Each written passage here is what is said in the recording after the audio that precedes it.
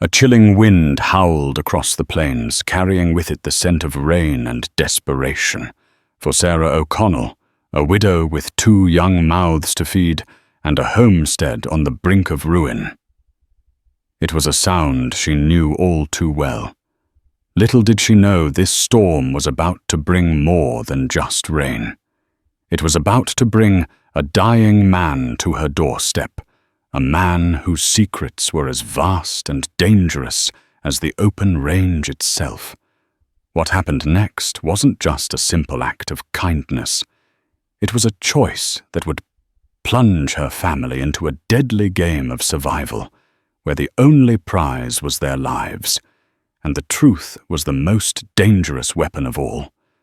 The wind was a restless spirit, a constant whining presence that swept across the vast, unforgiving expanse of the Texas plains.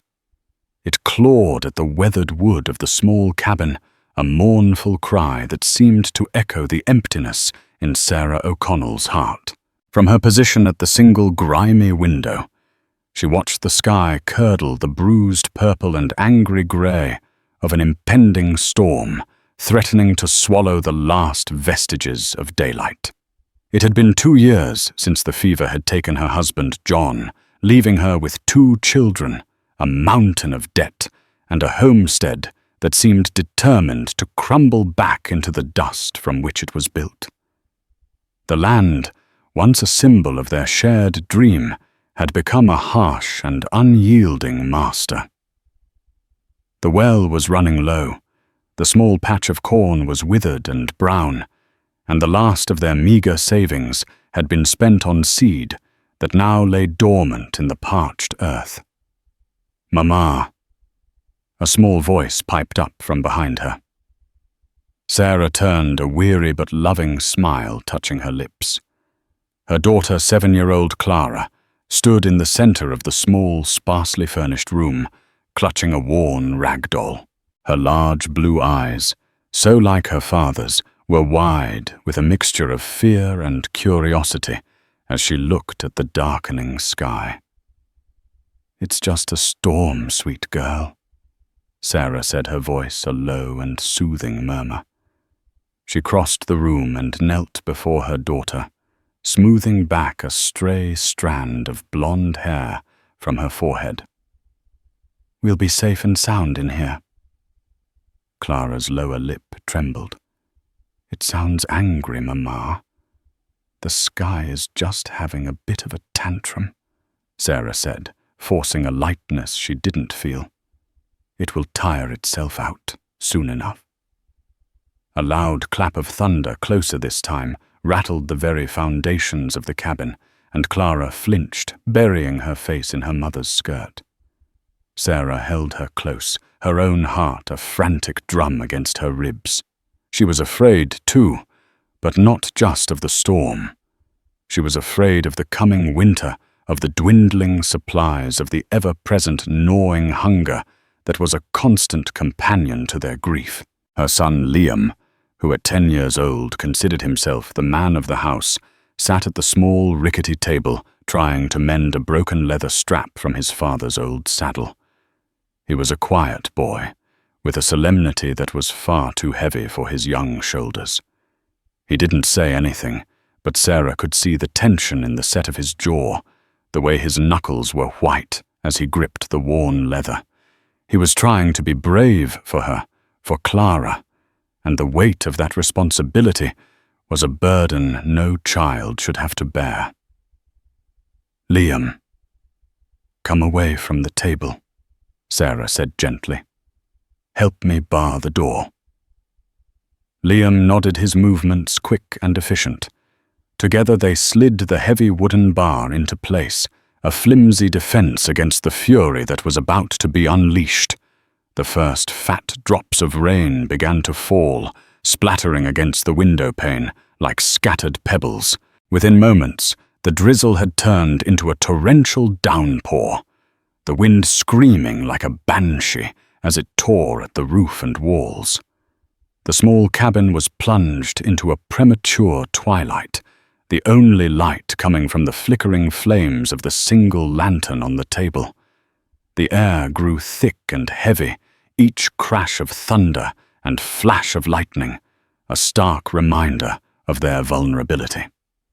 Sarah gathered her children close, pulling them onto the worn mattress in the corner of the room that served as their bed. She began to sing a lullaby, her voice a fragile melody against the storm's violent symphony. She sang of green pastures and clear running streams, of a world so far removed from their harsh reality that it felt like a fairy tale. As she sang, her mind drifted back to John, to the warmth of his smile and the strength of his arms. He had been a good man, a strong man, and he would have known what to do. He would have faced the storm without fear, his laughter booming as loud as the thunder. But John was gone, and she was alone, a lone wolf, fighting to protect her cubs in a world that was determined to devour them. Hours passed, the storm raging with an unrelenting fury. The children had eventually fallen into a fitful sleep, their small bodies curled up against her. Sarah, however, remained wide awake, her senses on high alert. Every creak of the cabin, every howl of the wind sent a fresh wave of anxiety through her. It was in the brief lull between two deafening claps of thunder that she heard it.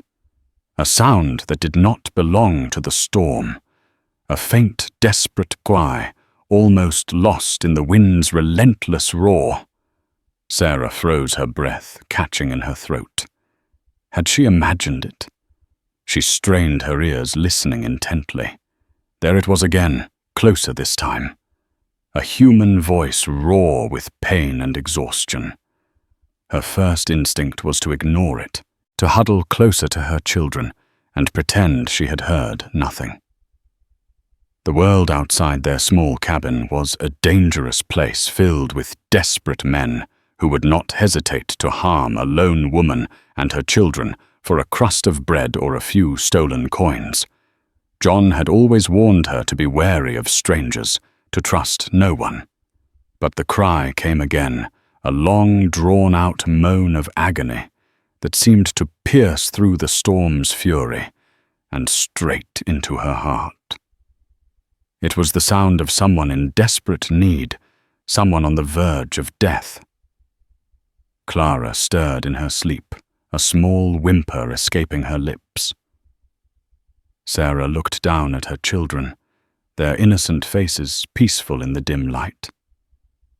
What kind of mother would she be if she turned a deaf ear to another's suffering? What kind of lesson would she be teaching her son, who was already so burdened with the weight of responsibility? With a heavy heart, she knew she couldn't ignore it. She gently untangled herself from her sleeping children, her movements slow and deliberate. She crept towards the door, her heart pounding against her ribs like a trapped bird. She hesitated for a moment, her hand hovering over the heavy wooden bar. This was a risk, a terrible risk. But the thought of a person dying just outside her door, a person she could have saved, was a burden she knew she could not bear. Taking a deep breath, she slid the bar back. The wind tore the door from her grasp, slamming it open with a deafening crash. Rain and wind lashed at her face, and for a moment she was blinded. When her vision cleared, she saw him. A dark shape lying in the mud, just a few feet from her doorstep. A man. He was sprawled face down in the mud, a crumpled heap of soaked leather and dark, sodden fabric. For a terrifying moment, Sarah thought he was already dead.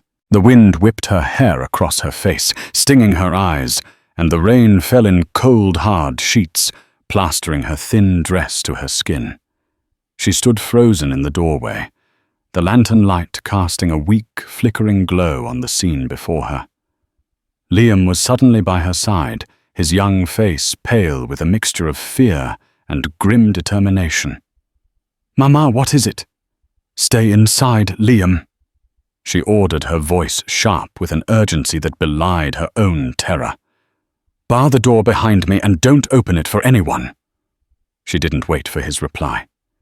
Every instinct screamed at her to retreat, to slam the door on the dangerous unknown. But the image of her husband's face, his kind eyes filled with a compassion that had always been his greatest strength, and perhaps his greatest weakness, flashed in her mind. He would not have hesitated. Gathering the tattered remnants of her courage, Sarah stepped out into the raging storm. The mud sucked at her worn boots, and the cold rain instantly soaked her to the bone. She reached the man and knelt beside him, her hands trembling as she reached out to touch his shoulder. Mister, can you hear me?" A low groan was her only answer. He was alive. The relief that washed over her was quickly replaced by a surge of adrenaline. She had to get him inside. Leaving him out here was a death sentence. He was a big man, broad-shouldered and heavy with muscle. Moving him would be a struggle. She hooked her arms under his, straining with all her might. He was dead weight, his body limp and unresponsive. The mud made purchase difficult, her feet slipping and sliding as she tried to drag him towards the cabin. "Liam!" she screamed over the howl of the wind. "I need your help!" The door creaked open, and Liam rushed out to her side without a word of protest. Together, mother and son, they pulled and strained, their combined strength barely enough to move the unconscious man. Inch by agonizing inch, they dragged him across the muddy ground and over the threshold of the cabin. They collapsed onto the floor, gasping for breath, the storm raging outside, and a new, more immediate danger lying in their midst. Sarah quickly barred the door again, shutting out the storm, but trapping themselves in with the stranger. In the flickering lantern light, she finally got a good look at him. He was not a drifter or a down-on-his-luck farmer. His clothes, though caked in mud and torn in several places, were made of fine material. His boots, even in their current state, were clearly expensive. A silver-buckled belt cinched a waist that was trim and athletic, and a fine leather gun belt, its holster empty, was slung low on his hips. His face, half hidden by a tangle of wet dark hair, was strong-jawed and handsome, though it was currently pale and drawn with pain. A nasty gash on his forehead was bleeding sluggishly, and another deeper wound on his side was staining his shirt, a dark, alarming crimson. But what truly caught her attention was the intricate silver ring on his right hand, a coiled serpent with emeralds for eyes. It was a piece of jewelry, unlike anything she had ever seen, a symbol of a wealth and a world far removed from her own. Clara, now fully awake, stared at the man on their floor with wide, fearful eyes. "Mama, who is he?" "He's hurt, Clara," Sarah said, her voice calm and steady, despite the tremor in her hands. "We're going to help him." She sent Liam for the small wooden box that held their meager medical supplies, a few clean rags, a bottle of whiskey for antiseptic, and a needle and thread. As Liam rummaged for the supplies, Sarah gently began to clean the man's wounds. She tore strips from one of their few clean sheets, her heart aching at the sacrifice of such a precious commodity. As she worked, she couldn't help but wonder who this man was. What was a man of such apparent means doing out in the middle of a storm, miles from any town, with a serious injury and an empty holster? The questions swirled in her mind, a new storm brewing within the fragile sanctuary of her cabin. She cleaned the gash on his forehead, first her touch gentle but firm. Then, with a deep breath, she carefully cut away the fabric of his shirt to expose the wound on his side. It was a deep, vicious cut, long and jagged. It wasn't a bullet wound, she realized with a jolt. It looked as if it had been made by a knife. A fresh wave of fear washed over her, A knife wound meant a fight. It meant violence. This man was not just a victim of the storm. He was a participant in something dangerous. "Mama," Liam said, his voice barely a whisper. He held out the bottle of whiskey, his hand trembling slightly. Sarah took it from him, her eyes meeting his. She saw her own fear reflected in his young face, but she also saw a flicker of the same stubborn resolve that was currently coursing through her own veins. They were in this together, for better or for worse. She poured a generous amount of whiskey onto the wound. The man arched his back with a sharp intake of breath, his eyes fluttering open for a brief moment. They were a startlingly clear blue, clouded with pain and confusion. He tried to speak, but only a hoarse, unintelligible sound escaped his lips before he lapsed back into unconsciousness. For the next hour, Sarah worked with a focused intensity she hadn't known she possessed. She cleaned and stitched the wound as best she could, her movements clumsy but determined. It was a crude, amateurish job, but it was the best she could do. She bandaged the wound tightly, using the last of their clean rags. Exhausted, she finally sat back on her heels, her body aching with a weariness that went bone deep. The stranger was still unconscious, his breathing shallow but steady.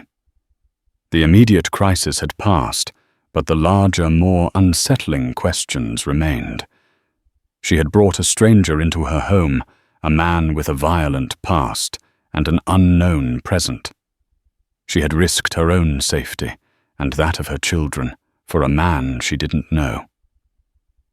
Looking at his face, peaceful now, in a way that it probably rarely was, she felt a strange mix of fear and a fledgling, unwelcome sense of connection. She had saved his life, and in doing so she had bound their fates together. She could only pray that she hadn't made a terrible mistake. The storm outside had begun to subside, its fury spent. But for Sarah O'Connell and her children, a new, more dangerous storm was just beginning to gather on the horizon. The storm passed as dawn broke, leaving behind a world washed clean and glistening under the tentative morning sun. The air was fresh and cool, carrying the scent of damp earth and new beginnings. Inside the small cabin, however, the atmosphere was thick with a quiet tension. The stranger slept for 2 full days. Sarah watched him constantly, her anxiety a constant simmering pot on the back burner of her mind. She changed his bandages, cleaned his wounds, and forced sips of water and thin broth between his pale lips. Slowly, painstakingly, she coaxed him back from the brink of death. Liam and Clara were a whirlwind of conflicting emotions. Clara, her initial fear, replaced by a child's natural curiosity, would often stand by the stranger's makeshift bed. Her head tilted as she studied his still form. Liam, on the other hand, remained wary and suspicious. He watched the man with a hawk-like intensity, his hand often straying to the small whittling knife he kept tucked in his belt, a poor substitute for a weapon, but a comfort nonetheless. On the morning of the 3rd day, the stranger finally woke up. Sarah was sitting at the table mending a tear in Liam's shirt when she heard a low groan. Her head snapped up, her heart leaping into her throat. The man's eyes were open, and he was looking at her. The confusion was gone, replaced by a sharp, intelligent awareness. He tried to sit up, but a sharp wince of pain and a hand flying to his bandaged side stopped him. "Easy now," Sarah said, her voice soft as she moved to his side. "You've been badly hurt." He sank back onto the pillows, his gaze sweeping around the small, sparsely furnished cabin before landing back on her face. Where am I?" he asked, his voice raspy from disuse. "You're at my homestead," she explained. "We found you during the storm." He looked at her for a long moment, his clear blue eyes seeming to take in every detail of her worn dress. her calloused hands, her weary but resilient face. "I owe you my life, ma'am," he said. His voice filled with a genuine gratitude that surprised her. He introduced himself as Benjamin Carter, a name that meant nothing to her soul, but sounded solid and respectable. He claimed to be a cattleman from the north on his way to a business meeting in San Antonio when he was caught in the storm. His horse had thrown him, he explained, and he had been injured in the fall. The story was plausible enough, but something about it didn't quite sit right with Sarah. A fall from a horse didn't usually result in a knife wound. She didn't press him, however. She was not in a position to demand answers, and a part of her, a part she was reluctant to admit, didn't want to know anything that might shatter the fragile peace that had settled over their small home. Over the next few days, Benjamin, as he insisted they call him, began to recover his strength. He was a model patient, charming and unfailingly polite. He had a quick wit and a ready smile that seemed to light up the small, dark cabin. He charmed Clara with stories of faraway places and magical creatures, and he even managed to break through Liam's reserved exterior, talking to him about horses and cattle with a knowledge that seemed to lend credence to his story. A strange, almost domestic routine began to form. Sarah would tend to his wounds, and he would watch her, his blue eyes filled with an unreadable expression. He talked to her for hours, drawing her out of her shell with gentle questions and a genuine interest in her life. He listened to her stories of John, of their dreams for the homestead, of her struggles since his death. He didn't offer pity, but a quiet, understanding empathy that she found herself responding to more than she wanted to. A dangerous seed of hope began to sprout in the barren ground of her heart. She found herself smiling, more laughing at his jokes, feeling a warmth spread through her that had nothing to do with the summer sun. For the first time in 2 years, the cabin didn't feel so empty, so lonely. "When I get home to San Antonio," Benjamin promised her. One evening, his voice a low, sincere rumble, "I will see to it that you are well compensated for your kindness. You and your children will want for nothing, I give you my word." The promise of a reward of a life free from the constant gnawing worry of poverty was a tantalizing one. But it was more than that. It was the way he looked at her when he said it, with a mixture of respect and a burgeoning affection that made her heart flutter in a way it hadn't since John was alive. But just as this fragile hope began to blossom, the shadow of doubt began to creep in at the edges. It was in the small things, the little inconsistencies, that pricked at her like a burr under a saddle. He was a cattleman, yet his hands were smooth and uncalloused, the hands of a man who had never done a day of hard labor in his life. He spoke of horses with an expert's knowledge, yet he never once asked about his own horse, which should have been his first concern. And then there was the matter of his gun belt. The holster was empty, but the belt itself was well oiled, and worn, the leather supple from frequent use. This was not the gun belt of a man who was unaccustomed to carrying a weapon. The biggest crack in his story came from an unexpected source. Their closest neighbor, a grizzled old rancher named Walter Hemmings, lived a few miles down the road. He rode over one afternoon for a social call, his face a mask of concern when he saw the stranger recuperating in Sarah's cabin. After a few pleasantries, Walter pulled Sarah aside, his voice low and conspiratorial. "I was in town for supplies yesterday, Sarah," he said, his eyes darting towards Benjamin. "Saw something that might interest you." He reached into his pocket and pulled out a folded, slightly crumpled piece of paper. It was a wanted poster. Sarah's blood ran cold as she unfolded it. The sketch was crude, but the resemblance was unmistakable. The square jaw, the high cheekbones, the intense, piercing eyes. It was Benjamin. The name on the poster, however, was not Benjamin Carter. It was The Gentleman Ghost. The bounty was a staggering $5,000. The crime-armed robbery and the theft of a large quantity of gold from a powerful and ruthless mining magnate named Alistair Finch. Sarah's hand trembled as she stared at the poster. Her mind reeled the pieces of the puzzle, clicking into place with a sickening finality. The expensive clothes, the smooth hands, the knife wound, the empty holster. It all made a terrible, terrifying kind of sense. She looked over at Benjamin, who was laughing at something Clara had said. He looked so kind, so gentle. It was impossible to reconcile the man she had come to know with the dangerous outlaw on the wanted poster. She quickly folded the poster and tucked it into her pocket. Her mind a whirlwind of confusion and fear.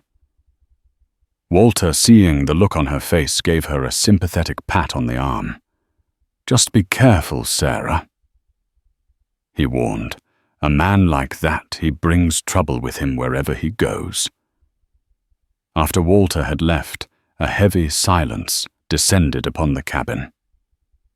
Sarah tried to act normal, to go about her chores as if nothing had changed, but the wanted poster in her pocket felt like a lead weight dragging her down into a sea of doubt and fear.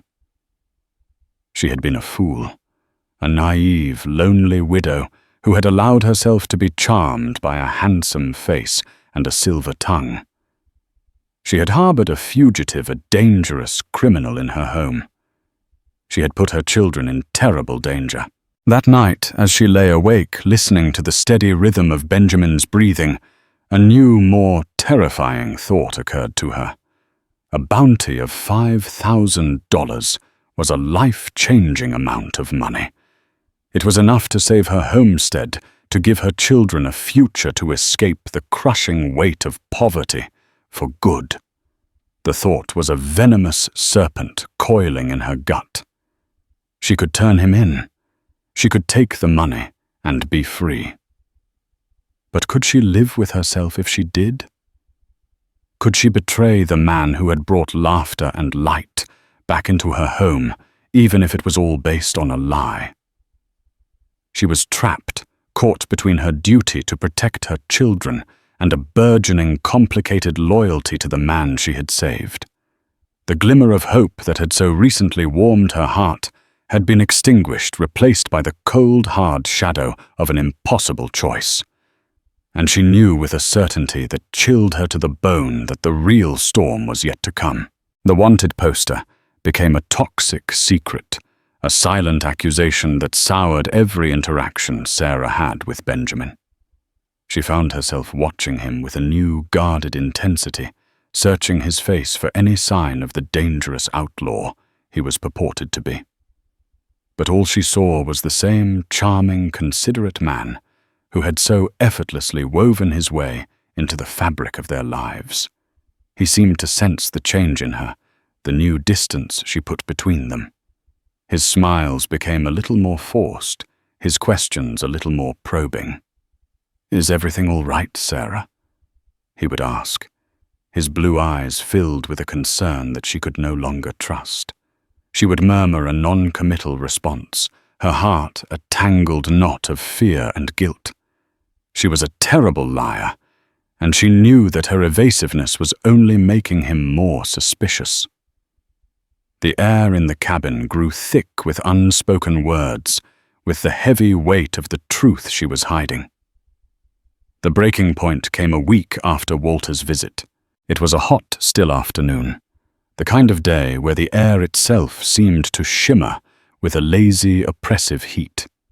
Clara was napping inside, and Liam was out by the small, dilapidated barn, trying to fix a broken fence post. Sarah was in the garden, listlessly pulling weeds, her mind 1,000 miles away. She didn't hear them at first. The sound of their approach was muffled by the soft earth of the plains. It was Liam's sharp, sudden cry of alarm that snapped her out of her reverie. Her head shot up, her heart lurching into a frantic, panicked rhythm. 4 men on horseback were riding towards the cabin. They were not friendly visitors. They were rough-looking men, with hard, sun-beaten faces and the cold, dead eyes of predators.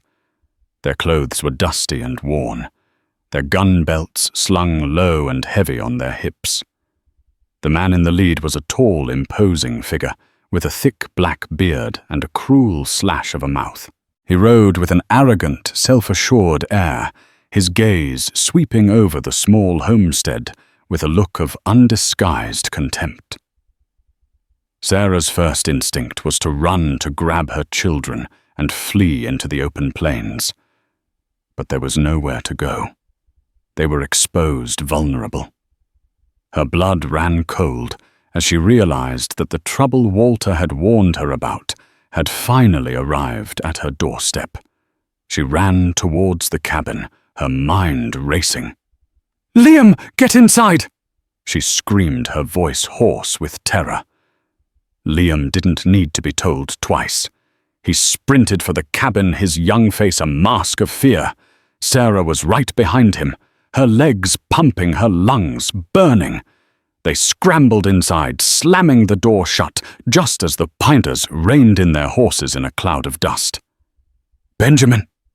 Sarah cried, her voice a strangled whisper.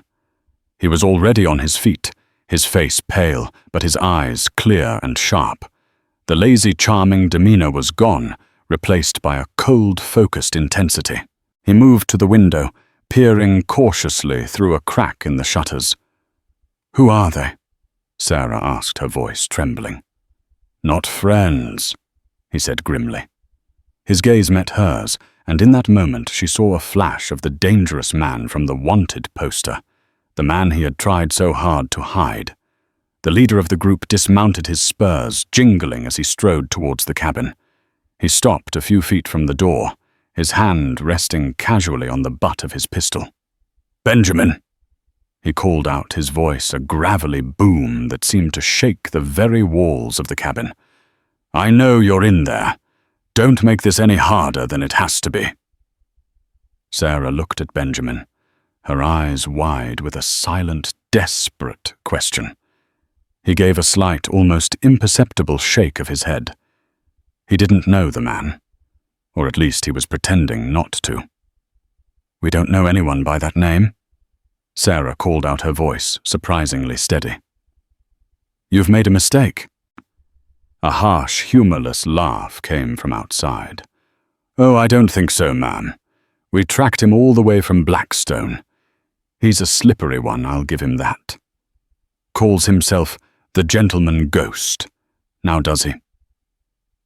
The name hit Sarah like a physical blow. They knew. They knew who he was. He double-crossed me and my men. The man who Sarah now knew to be Marcus Thorne, the leader of the gang mentioned in passing at the general store, continued, his voice dripping with a venomous anger. "Took something that belongs to us, a large quantity of gold. We just want it back, and a little bit of payback for our trouble." Thorne's words confirmed her worst fears. Benjamin wasn't just a thief. He was a man who had stolen from other equally dangerous criminals. She had not just harbored a fugitive. She had stumbled into the middle of a war between thieves. "I don't know what you're talking about," Sarah lied, her voice cracking under the strain. "Don't play dumb with me, lady," Thorne snarled. "We know he's in there. We saw the smoke from your chimney. We've been watching this place for 2 days. Now you can either send him out, or we can come in and get him. And I promise you, you don't want us to come in." The threat hung in the air, heavy and suffocating. Sarah looked at her children huddled together in the corner, their faces pale with terror. She had brought this upon them. Her foolish, lonely heart had led them into a trap from which there was no easy escape. "What do we do?" she whispered to Benjamin, her eyes pleading with him for an answer, for a way out. He was no longer looking at her. His gaze was fixed on the door, his jaw tight, his mind clearly working at a feverish pace. The mask was gone completely now. She was no longer looking at Benjamin Carter, the charming cattleman. She was looking at the gentleman ghost, a man cornered and desperate with the lives of a woman and 2 children resting squarely on his shoulders. "They won't leave without the gold," he said, his voice low and grim, "and I don't have it with me." The twist of the knife was not just the arrival of Thorn and his men. It was the crushing realization that Benjamin had lied to her about everything. Not just his name, not just his past, but his intentions. He had used her kindness and her loneliness as a shield, a place to hide while his enemies closed in. The glimmer of hope she had so foolishly nurtured had been brutally extinguished, replaced by the cold, hard reality of her situation. She was trapped in a small wooden cabin with a dangerous outlaw, with a gang of even more dangerous men outside, and with the lives of her children hanging in the balance. The choice she had been agonizing over, to turn him in or to protect him, had been made for her. Now their fates were intertwined, and they would either survive this together, or they would die together. The sun began its slow, merciless descent, painting the sky in hues of orange and blood red. The heat of the day gave way to the cool of the evening, but inside the cabin, the air was thick with a suffocating tension. The siege had begun. Thorn and his men were patient. They made a small camp a safe distance from the cabin, their fire a malevolent, flickering eye in the gathering darkness.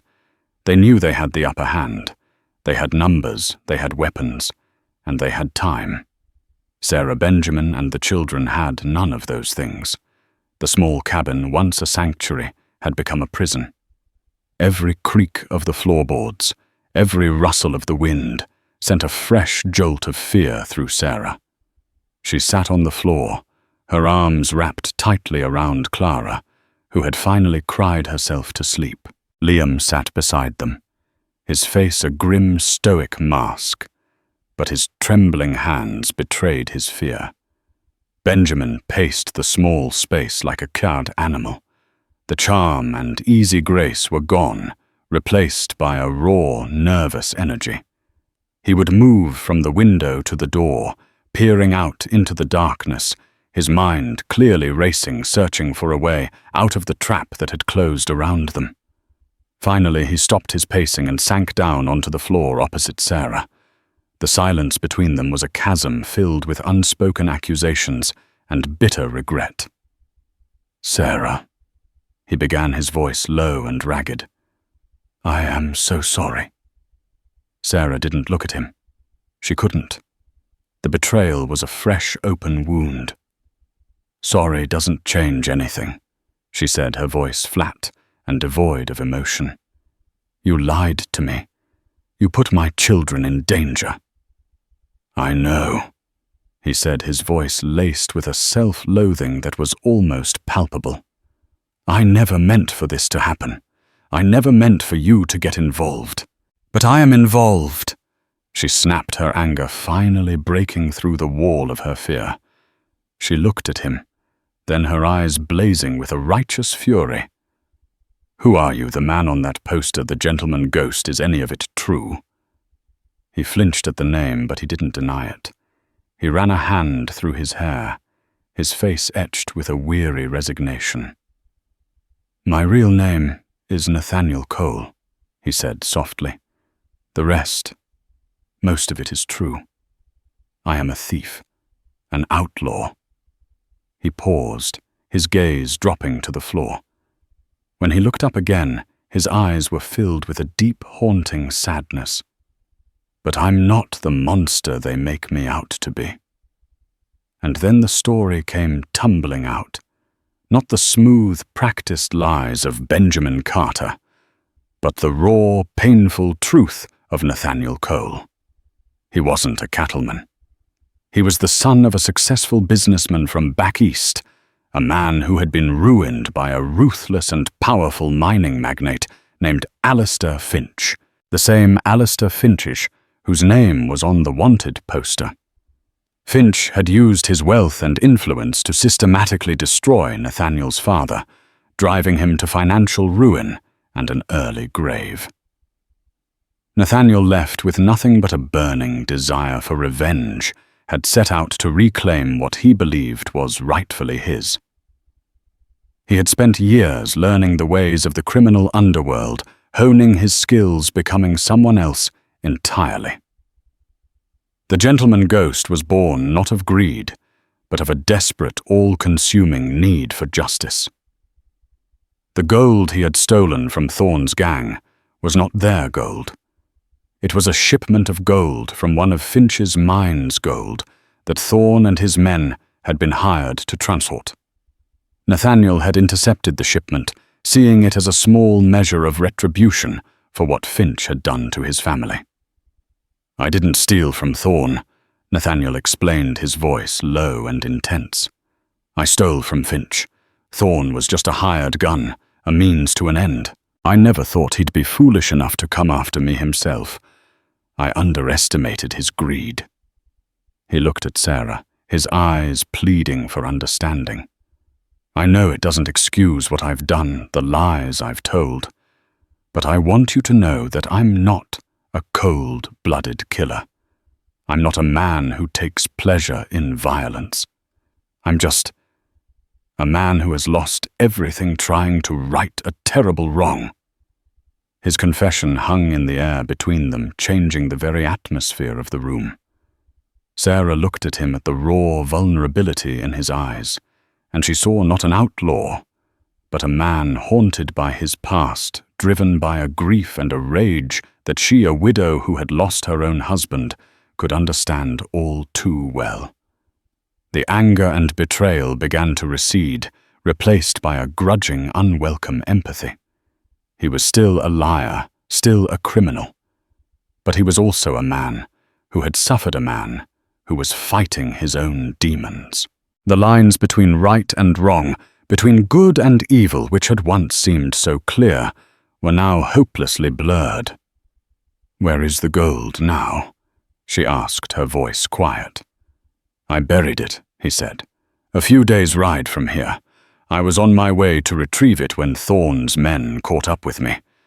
That's how I got this," he said, gesturing to the still healing wound on his side. "I managed to get away, but my horse was killed. I was lost, nearly dead, when the storm hit." Suddenly, Liam, who had been silent throughout the entire exchange, spoke up. "So you're not going to give them the gold?"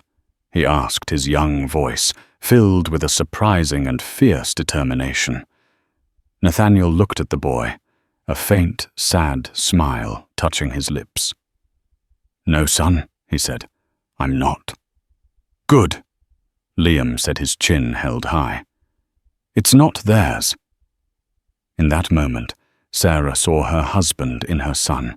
The same stubborn sense of justice, the same unwavering belief in what was right, even in the face of overwhelming odds. A fierce, protective love for this broken, complicated man and her brave, foolish children swelled in her chest. She was no longer just a victim in this story. She was a participant, and if they were going to get out of this alive, she would have to be a fighter. "All right," she said, her voice firm and clear. She looked at Nathaniel, her gaze steady and unwavering. "What's the plan?" The surprise on his face was quickly replaced by a look of profound gratitude and respect. The siege was still on, the danger was still very real. But something had shifted in the small, dark cabin. The chasm between them had been bridged. They were no longer a widow and an outlaw, but two desperate people bound by a shared enemy and a slim, flickering hope for survival. The revelation of the truth had not set them free, but it had united them, and in that unity they might just find the strength to face the coming dawn. The moonless night was their only ally. The flickering campfire of Thorne's men cast long, dancing shadows, but beyond its reach the plains were cloaked in an inky blackness. It was a thin, fragile shield, but it was all they had. Nathaniel, his energy now channeled into a focused, calculating calm, outlined his plan. It was a desperate gamble, a long shot with a dozen things that could go wrong. But it was better than waiting for Thorn and his men to lose their patience and storm the cabin. "They're expecting a frontal assault or a desperate panicked run for it," Nathaniel explained, his voice a low, urgent whisper. "We're going to give them something they don't expect." The plan was audacious in its simplicity. They would not run. They would fight back using the terrain and the element of surprise to their advantage. The old, dilapidated barn, the rocky outcrop behind the cabin, the dry creek bed that ran along the edge of their property. These would be their weapons. They're city-bred thugs, most of them, Nathaniel reasoned. They don't know this land. We do. The "we" sent a strange thrill through Sarah. She was no longer a passive bystander. She was part of this. The first part of the plan involved creating a diversion. Nathaniel, using the last of their whiskey and a few spare rags, fashioned a makeshift torch. He would sneak out the back of the cabin, circle around through the darkness, and set fire to the small, tinder-dry shed where they stored their meager supply of firewood. The shed was far enough from the cabin not to be an immediate threat, but close enough to create a significant and distracting blaze. While Thorn's men were focused on the fire, Sarah and the children would make a break for the rocky outcrop behind the cabin, a natural fortress of boulders and scrub brush that would provide better cover than the flimsy wooden walls of their home. "Liam," Nathaniel said, turning to the boy. His voice was serious, man to man. "I need your help. You know this land better than anyone. I need you to guide your mother and sister to the rocks and to keep them safe. Can you do that?" Liam's eyes widened, but he nodded, his small frame straightening with a newfound sense of purpose. He was no longer just a scared little boy. He was a soldier in their small, desperate army. The next few minutes were a blur of frantic, whispered preparations. Sarah packed a small bag with a canteen of water, the last of their dried meat, and her sewing kit, which now seemed like a pathetic and useless collection of domestic tools in the face of such brutal violence. Nathaniel, meanwhile, was preparing for his own role in the drama. He had retrieved the small whittling knife from Liam, its blade sharpened to a razor's edge. It wasn't much against 4 armed men, but it was better than nothing. He moved with a quiet, deadly grace that was both terrifying and mesmerizing to watch. This was the gentleman ghost in his element, a predator preparing for the hunt. When everything was ready, he turned to Sarah. He took her hands in his grip firm and reassuring. "I will draw them away," he said, his blue eyes boring into hers. "I will lead them on a chase. But you have to promise me that you will not stop no matter what you hear. You get us to the rocks, and you stay there until morning." "What about you?" she asked, her voice a tight knot of fear in her throat. A faint, sad smile touched his lips. "I'm a ghost. Remember, I'm hard to catch." He squeezed her hands one last time, then turned to Liam. He placed a hand on the boy's shoulder. "You're the man of the house now, Liam," he said. "Protect them." And then he was gone, slipping out the back door and melting into the darkness like a phantom. The silence he left behind was deafening. Sarah, Liam, and Clara huddled together, their hearts pounding in a frantic, syncopated rhythm. They strained their ears, listening for any sound, any sign that the plan had been set in motion. It seemed like an eternity, but it was probably only a few minutes before they saw it. A flicker of orange light in the distance, quickly growing into a raging inferno as the dry wood of the shed caught fire. "Now!"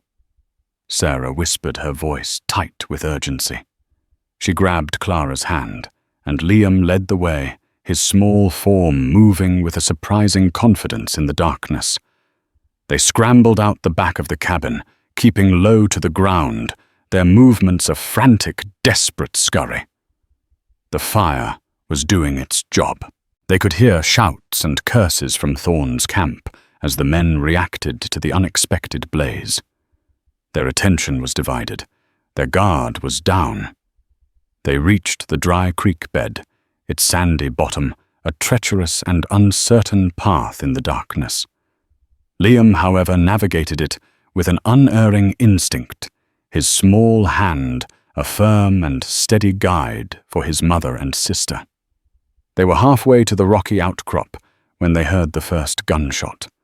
It was a sharp, deafening crack that echoed across the plains, followed by another, and then another. Sarah's heart leapt into her throat.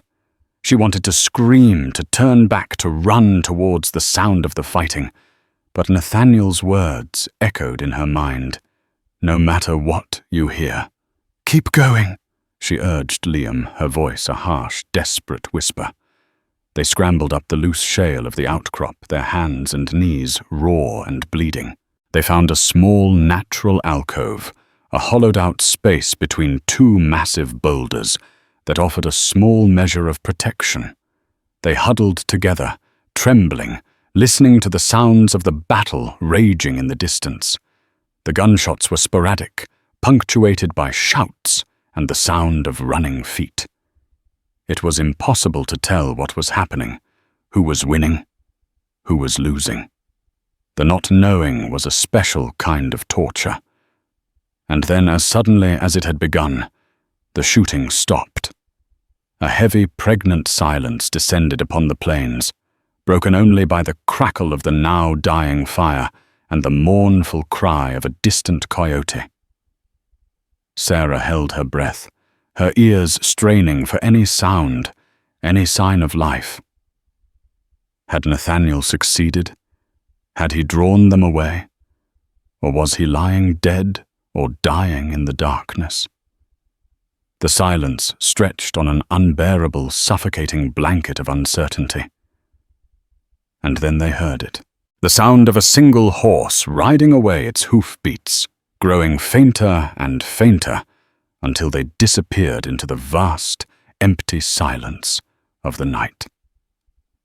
They waited huddled together in the cold, hard embrace of the rocks for what felt like a lifetime. They didn't dare move, didn't dare make a sound. Had the danger passed, or was it simply lying in wait, a predator biding its time in the darkness? As the first faint hint of dawn began to lighten the eastern sky, a new sound reached them, the sound of a single set of footsteps, slow and weary, approaching their hiding place. Liam tensed his hand instinctively, going to the small knife in his belt. Sarah pulled Clara closer, her heart a wild, frantic drum against her ribs. Was it one of Thorne's men? Had they been found? A figure emerged from the pre-dawn gloom, a tall, familiar silhouette against the pale grey light. He was limping, his clothes were torn, and there was a fresh, dark stain on his sleeve. But he was alive. Nathaniel. Sarah breathed, her voice a mixture of relief and disbelief. He collapsed against the rocks, his breath coming in ragged, painful gasps. He was injured, exhausted, but he was smiling, a weary, triumphant smile. "It's over," he said, his voice a hoarse whisper. "They're gone." He had done it. The desperate gamble had paid off. He had led them on a wild goose chase through the darkness, using his knowledge of the terrain and his wits to outsmart and outmaneuver them. One of Thorne's men was dead, another two were wounded. Thorne himself, his pride and his gang shattered, had taken what was left of his men and fled into the night. They were safe. For now. But as Sarah looked at Nathaniel, at the fresh wound on his arm, at the bone-deep weariness in his eyes, she knew that this was not the end of their story. It was just the end of a chapter. The gentleman ghost had won the battle, but the war was far from over, and they were still a very long way from a new dawn. The sunrise was the most beautiful Sarah had ever seen. Its soft light a stark contrast to the ugliness of the night. Their homestead was scarred, the barn scorched, and the cabin walls pocked with bullet holes, but they were alive. As she cleaned and bandaged Nathaniel's new wound, a fresh gash on his forearm, a weary, surreal calm settled over them. The immediate danger was gone, but the future remained a vast, uncertain wilderness. Nathaniel was still a wanted man. Alistair Finnish, the powerful magnate he'd robbed, would undoubtedly send more men, more ruthless than the last. That evening, the unspoken truth finally found voice. "I have to leave," Nathaniel said, his tone heavy with regret. "As long as I'm here, you and the children are in danger." Sarah knew he was right, but the thought of the cabin falling silent again was a fresh ache in her heart. In a few short weeks, this outlaw had brought chaos, yes, but also laughter and hope, reawakening a part of her she thought had died with John. "Where will you go?" she whispered. "I have to get the gold," he answered, "and then disappear. Become a ghost for real this time." He pushed a small, leather-bound journal across the table to her. "This is a map and a letter. If you don't hear from me in 2 months, take this to a lawyer in San Antonio, Jacob Vance. He's the only man I trust. He'll see that you and the children get the gold." Sarah stared at the journal, a fortune that felt like blood money. "I don't want it," she said, her voice trembling. "It's not for you to want," he countered gently, his eyes meeting hers. "It's justice. It's a new beginning for your family. It's the only way I can repay you." He left at dawn. As the first rays of light cast a golden glow, he met her at the door. He took her hands. His gaze filled with all the unspoken words, the what-ifs and might-have-beens. He leaned in and kissed her a slow, tender farewell that was a promise, a thank you, and a final goodbye all in one. Then he turned and walked away, a lonely silhouette against the rising sun, never looking back. Sarah watched until he vanished into the horizon. A single tear traced a path through the dust on her cheek. The cabin behind her was empty, but it was not the same hopeless emptiness she had known before. The story of the poor widow and the rich cowboy didn't end with a wedding. It ended with a sunrise and a choice. Sarah O'Connell was no longer a victim. She was a survivor, a woman who had faced darkness and found her own strength. The storm had passed. A new, uncertain but hopeful dawn was just beginning. The story of Sarah O'Connell and the gentleman ghost reminds us that heroes and villains are not always who they seem. It's a tale of how one act of kindness, one choice to open a door during a storm, can change the course of a life forever. It's about the courage found in desperation, the love that can bloom in the most barren of landscapes, and the ghosts of the past that are never truly buried. Did Sarah ever use the map? Did Nathaniel ever find his peace? Some stories don't have neat and tidy endings, and perhaps that's where their true power lies. If this journey into the heart of the Wild West moved you, if you felt the dust on your face and the tension in the air, then please show your support. Hit that like button, share this story with someone who loves a good old-fashioned drama, and subscribe for more tales that prove the human spirit is the most untamed frontier of all.